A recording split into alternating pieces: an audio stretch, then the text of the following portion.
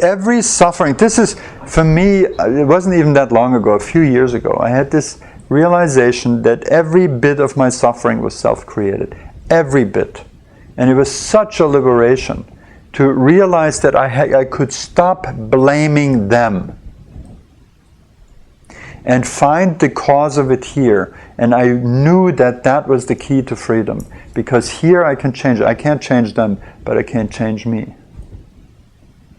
And then I realized that the law of this world is the law of the soul. If you increasingly live as a soul and not as an ego. If your awareness is bound up, or to the extent that your awareness is bound up as an ego, you will be impacted by things that are painful and unforeseeable and cruel, and this the world of the ego that suffers.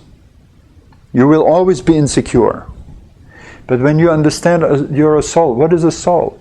A soul is part of God, on the way to realizing that wholeness. The image in the East that's used is the sun reflecting in a pot of water. And the soul is that reflection that, so the soul is that reflection.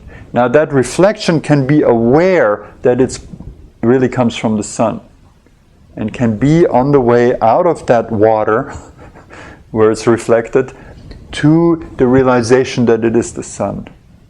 The sun is God, is the self, the true identity, right? So when you have that identity, then you realize that everything that happens to that bucket of water. You can say that the water is the ego. Yeah, the bucket is the body, right? And then what happens is this bucket is over, the water pours out, and there's a new bucket, right? The sun reflects again, right? The job is for us to go from that reflection to realizing we're the sun. And when you live in that awareness, more and more than the bucket awareness, bucket is ego, right? Body, I'm the personality, the mind. When you realize you're that shine, that reflection of God, and that you're ultimately God itself, then suddenly every experience that happens to you can be seen as grace, even the difficult ones. Grace that is designed perfectly by your soul, which is one with God, perfectly designed to bring you back to that full realization. Never anything out of place, everything perfectly designed. And you come to peace with what is. You don't project anymore that things are wrong. You see, what can I learn from this? What can I learn from that? You open up to that. And ultimately, all that learning is how to remove the barriers, the obstacles from around the soul, from around the heart, and to dissolve yourself in love.